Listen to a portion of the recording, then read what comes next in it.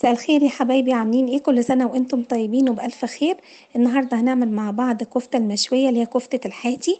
هتعمليها بطريقة حلوة جدا وهتبقى طرية وطعمها جميل جدا وهشة.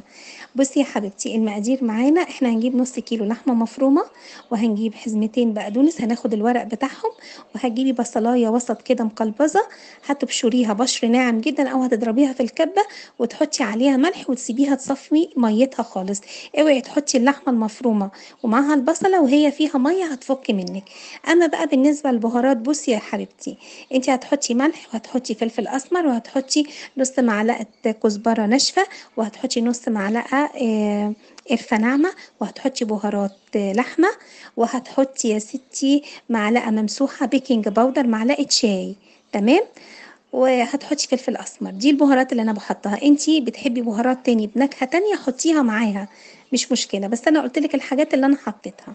تمام. وهننزل بحزمة بورق البقدونس وبالبهارات، وهتحطي عليها معلقتين دقيق ومعلقتين نشا. هتبني الدقيق كتير، مش عارفة ليه طالع مقلبص كده وكتير، بس يلا مش مشكلة.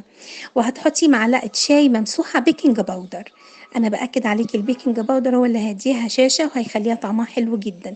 كل بقى الحاجات دي امسكيها وانزلي فيها ضرب مبرح، يعني عارفه موتيها من الضرب لحد ما تعمل شعيرات. عندك كبه، اضربيها في الكبه.